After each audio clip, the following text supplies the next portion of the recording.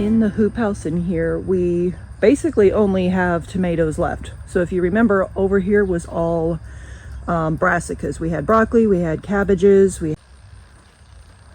and on this row used to be broccoli as well. And so they have kind of, you know, they've done what they've done. We've pulled them out and we're gonna get this ready for something in the fall. I don't know what yet. We're probably gonna want to at least do some more broccoli, but we're gonna have to see how we're gonna plan the rest of this out. But for now, we're dealing with the tomatoes. So on this side is our determinate tomatoes. You can see the difference here between your indeterminate, your determinate. So they're coming along. I was a little bit worried about these determinates. They're I'm not sure that they're enjoying this soil that they're in. This is the first year using this soil, and I just literally brought some in and dumped it in here. And I'm not sure that they're super happy with it. Usually these are a lot fuller. They're a lot more prolific. You can see there's some tomatoes down here that are in the process of growing and ripening. But yeah, I think we might have to top this off with some other type of nutrients, some other type of soil before we replant around here. But you know, at least they're doing something.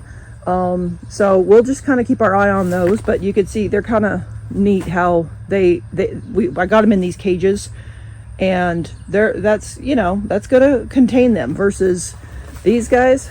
Yeah, they wouldn't have made it in those cages. So these are our paste tomatoes. On this end was our Amish paste. You can see I have them kind of trained up that string, and they are literally at the ceiling now. So you know, we're at probably, I think it's the second week of July. And so they're gonna be all up in the ceiling, but that's okay. You know, I mean, as long as they produce and, you know, and stay healthy in here. You can see they have a couple tomatoes on them. I'm a little bit trying to figure these out as well. These are in the same soil as all of these, right? And these plants, compared to the ones I have outside, are honestly not doing as well. They're not as prolific. They don't have as many tomatoes on them. They look decently healthy, but they're just not as robust. So I think the soil in here needs some working on. But anyway, so those were our Amish paste. And then down here, there's a couple more in the middle that are a couple different varieties I'm just trying. But these ones on this end were our San Marzano. And they look like they're a little bit healthier. You can kind of see these ones have a few more tomatoes on them. And I'm kind of liking these San Marzano in the hoop house specifically because you can see the height difference. These San Marzano are not, they're not a determinate, but you can tell they're definitely a lot shorter, and they're going to be a whole lot more manageable, I think, than these big like Amish paste down there, unless they just all of a sudden take off. But for right now, yeah, I'm kind of liking those. So maybe if I do another round in here this fall or for next year, I'm going to make notes of this and say, okay, these San Marzano are definitely seem to be more suited to being in the hoop house. So that is our hoop house tour for now. Tomatoes. So I'm going to go out here and show y'all what's going on outside.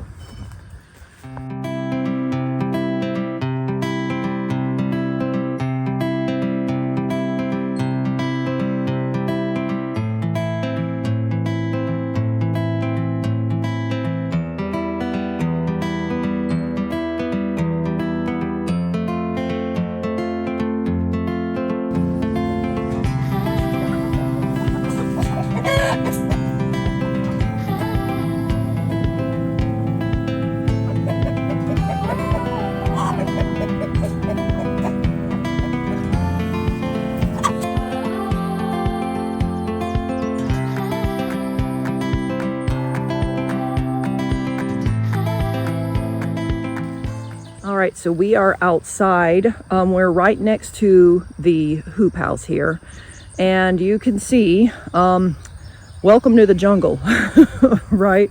It's pretty, it's been growing. We had a lot of rain up until about 3 or 4 weeks ago. It was raining a lot, and then it just kind of shut off, right? And then it's been really, really hot. And so these things, this kind of these beans and the okra, the cucumbers, these things that love the heat, you could tell they took off. So starting here, these are the rattlesnake pole beans, and I harvested one round of these for green beans, but I think what I'm going to do with the rest of this whole row is I'm going to leave all these for dry beans. So I'm literally going to let them just get as big as they get, let them dry on the vine, and then harvest them once they're brown and crispy for the beans themselves that are inside. We have plenty of green beans canned, so I don't think I'm going to need any more. And so these are nice because they're pretty dual purpose as far as that goes. So I'm going to leave them. You can tell I do have a little bit of damage on these from the Japanese beetles, and there's a culprit right there. See him? I need to get my bucket of soapy water to take care of him. But yeah, they're doing great. These rattlesnake pole beans right next to them, these are the purple potted pole beans. Let's see if I can get in here. There we go. And you can see these things are just huge, right? These purple potted pole beans. One issue I had with them was they just got so big so fast. I wasn't out here every single day harvesting them. And if you don't do that with these, they get so big, they get really tough. Now they're nice because they're pretty and you can see them, right? You can see them as a contrast to the green, so they're easier to spot, but you really have to be on top of them as far as harvesting. And then if you kind of move down here, I'm not even going to try to go through there, but these are the red rippers and the Ozark razorback. These are more like a pea. But same idea though. I'm going to leave them here, let them dry on the vine, and you can see in there real quick. Yeah, so there's some growing in there in the mass. So I'm going to leave them, let them dry out, and use them for peas. All these along here, these shorter ones, these are my experiment in the bean department this year. So these are the Mayakoba beans. And I have not had success with these in the past, so we'll see how these do. You can see they are flowering, which is funny. I mean, everything else is already kind of flowered and produced, and it's kind of done as far as the beans go. So these are very delayed in flowering, but we'll see if they do anything, because these are really, really good beans. Next to them, these are our sweet potato, and you can see they are starting to flower. Look at that. Isn't that pretty? I just noticed the flowers the other day, so they should be coming right along. Then our cucumbers are on that side, and you can see on this end, those cucumbers have some kind of a disease. Those are the lemon cucumbers. And compared to years past, we haven't been getting a whole ton of the lemon cucumbers. And normally they've produced really well for us. So I'm kind of intrigued as to what's going on with those plants. But all the rest of the cucumbers seem to be doing fine. These ones here in the middle, these are all the Be It Alpha, and I believe there's Boston Pickling as well. And then these ones here, you can tell the difference. See the leaf difference in these ones versus those, right? These are literally, they're called H19 Little Leaf, and those ones have been producing really, really well. You could see how pretty and green they are. They don't look diseased and kind of yellowing like the rest of this. So these ones are one of my new favorites, I think, this H19 Little Leaf. They produce a pickling cucumber, and they are very, very productive. See that? This has been just since yesterday. We picked all these yesterday, so we need to go through here again and get them. So we are up to our eyeballs in pickles. Next to them is our okra, and you can see the okra is doing very well. It's very tall. It's an okra jungle in here, and you look in here and there's flowers. And I did see, let's see if I can see, yeah, there's some baby okras too. See, there's some on the top of this one. There's one back in there. So these are just about getting to where they're going to be ready to start harvesting too. And see if I can focus. There we go. See all those in there? So yeah, our okra is coming right along. Now, a lesson for people not in the South. All right, so this is what happens when you don't mulch. You can see my sad zucchini and my sad wannabe squash plants out there, and it looks like deer or something came through here last night and kind of made a bed in all this grass because it's kind of flattened out down there. But you know what, I don't know that there's much I can do as far as trying to save these plants. I'm going to leave them because sometimes they'll surprise you and they'll start growing some some stuff that'll be hidden down in the grass there. But obviously this hasn't been weeded, this hasn't been taken care of, and this is what happens when you don't mulch and you don't have time to come out here and and weed it all by hand. So we've been out of town for the last couple weeks on and off, and I mean, it just got away from us. You know, that's gardening. So lesson learned, always put mulch, because even if it comes up with some weeds, it ain't gonna be like that, right? So lesson learned. Moving on, as we come over here, this is what is left of the kale and collards. So this is the only bed I've left still. I have left still to pull out. So you can see they're gone, right? They're skeletonized. The cabbage worms did their thing on them, right? They're toast. Honestly, when I'm removing plants like this, I'm very on the fence sometimes, because I look at it from two sides, and y'all can tell me in the comments kind of what y'all feel. Okay, so you can see all these little white butterflies. You probably saw them in the video flying around. Those are your cabbage moths that lay the eggs and create the caterpillars that do this kind of damage. So I always debate pulling these out if I have space, right? If you don't have space, pull them out, plant something else. But these obviously are the preferred crop for a lot of bugs. And so my thought is, if I pull these out, I wonder if some of the bugs are just going to turn their attention to my other crops that have more value, right? These ones obviously don't have any value for us as far as eating goes. But if I pull them out, I was thinking maybe these are acting as a trap crop. But then on the other side, I started thinking, well, if I leave these in here, maybe these are just serving as a host plant, and the bugs and the moths that like these will just have a population boom because I'm keeping these in here, if that makes sense. So let me know in your comments which direction y'all go, because I've kind of was conflicted with that. So that's my question with this bed. And moving on, these were our garlic and carrots. Pulled all them out. So we have an empty bed here that we can, well, mostly empty. There's a volunteer, some kind of a melon or something going on there. So we'll see what that turns into. This was our pallet bed full of garlic, and it's got some volunteer weeds, obviously, and some strawberries from last year. So that's nice to have some volunteer strawberries. And back here is, well, it was supposed to be our cherry tomato bed. And you can see they are loaded, right? There's a lot of little cherry tomatoes in there. All these are cherries. This one on the very end that's kind of buried in between the marigold. There is a tomatillo down in here. And so that guy, hopefully he'll get rolling. But obviously some lines got crossed down in there. You see these? So these are not cherry tomatoes. I'm not sure what this one is, but it's not a cherry tomato plant, but that's okay. Whatever it is, it's productive and it's looking pretty good. These ones I need to harvest a little bit. You can see some of them turning down in there. So yeah, there's our cherry tomatoes. These are the ones in this bed I did with the Florida weave. And honestly, I don't know if I wasn't on top of it enough and I didn't get them up off the ground. You can see they're really dense in there. I've trimmed them out a couple times. I've added some layers to the Florida weave, some strands, but they are still kind of going everywhere. And so I don't know if it's the trellising method or just the you know, my lack of maintenance of it. I'm not sure. I would do this one maybe next year. I think I'm going to go back to my regular cattle panels for these type of tomatoes. But anyway, it was worth a try.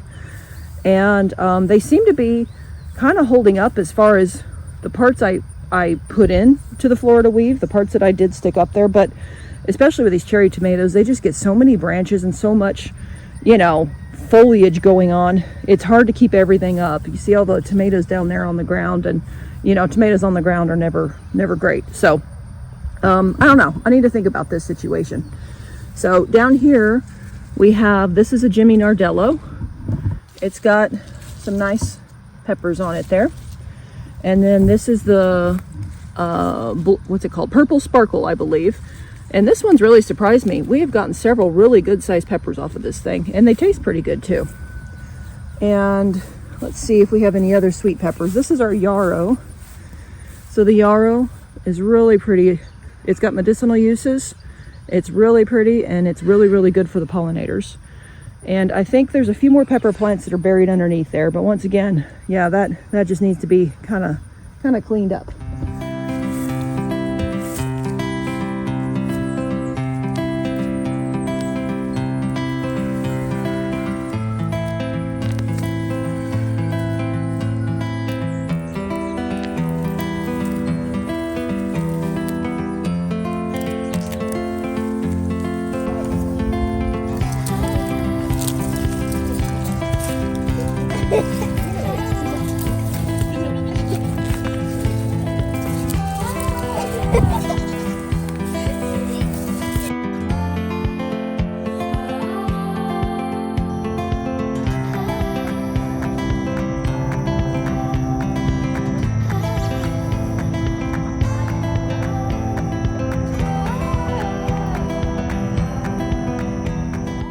This is our volunteer blackberry, and it's just steadily been producing a little bit here and there, so it's looking pretty good.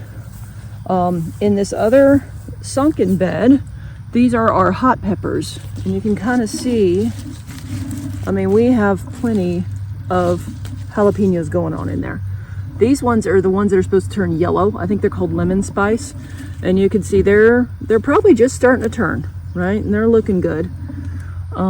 There is an orange spice in here as well. And look at the jalapenos in there. That is one thing that we don't have a problem growing here, is jalapenos. The problem I have is figuring out different recipes to use them in. They're so abundant.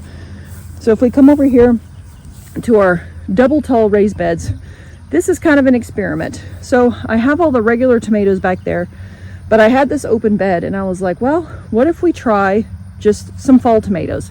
More than likely we'll have plenty, so there's not going to be any need for a fall tomato. But I was pruning the regular tomatoes, it's been maybe a week ago, and they I had all the suckers that I had pulled off, and so I just like literally stuck them here in the ground, and they seem to be, some of them look like they may be okay. So you don't really have a high success rate when you do that, but you do have a high ease of doing it rate, because it's really easy just to pull one off and stick it in the ground, not have to worry about rooting stimulator or anything having to do with like trying to start them from seed or anything like that. So this one is, I found a tomato hornworm on this. That's why that one looks terrible. Some of these others, they're not going to make it. They're looking pretty sad, but you know, the ones that do, the effort I put into doing this was like little to nothing. So you know what, we'll see how that works, and if we need more tomatoes, at least there's kind of a backup. But my hope is that these will produce everything that we need. So I need to come in here and get these back up on the trellis with my fancy little taper tool. But we are starting to now get some tomatoes. There's one in here. See, they're starting to kind of turn a little bit. So I guess in the past week or so, we've starting to get some ripening, and these are looking really, really good. They're getting it rolling. These are all the paste tomatoes. I don't know if I said that. So these are going to be our San Marzano and our Amish paste, and I believe some Blue Beach in here as well. And so you can see there's quite a few in there. I have had some that are getting chewed before. Let's throw that over there. Getting chewed before they even start to ripen, or a lot of times if they get a hole in them, that is what makes them start to ripen, but then they go bad anyway. So if it gets too bad, I may spray some BT, which will control any kind of caterpillar wormy type thing. It's listed for organic gardening, but again, I don't like spraying anything, but you know what, sometimes you do what you got to do if you want to harvest. So we'll see, but most of these look pretty good still. So I'm not I'm not unhappy right now. These are coming right along. So if a bug gets a one here and there, I'm okay. It's just if we start losing a whole bunch, we'll have to do something. So next to them is our tired green bean bed.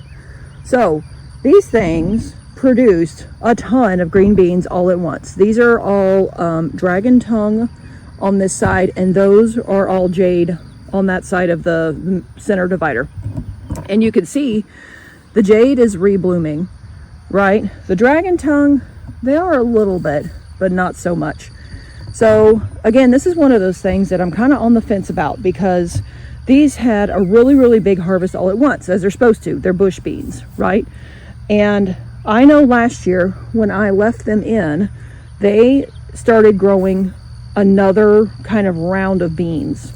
And so that's kind of what I'm experimenting with now. I was debating whether to pull these out and start some new ones, but you can see, I mean, there's definitely not going to be as big of a harvest with a second round, but there still be some. And honestly, we have probably close to a year's worth of what we need for our green beans anyway. So any extras is just kind of extra padding, right? But with these ones flowering like this one, I mean, that's almost ready to pick, right? And so I think I'm just going to leave these in here and just start harvesting off of them and just kind of see where they go. It's a lot easier than trying to start over with new seeds, replanting everything, making sure it's watered, especially with the heat and everything kicking in now. So, you know, they always say bush beans are a one and done. Well, you know, sometimes, you know, and it just kind of depends on your priorities. Your second harvest is never going to be as robust as your first, but if you don't need that, then save yourself the effort and just, you know, let them do their thing. So that's the bush beans.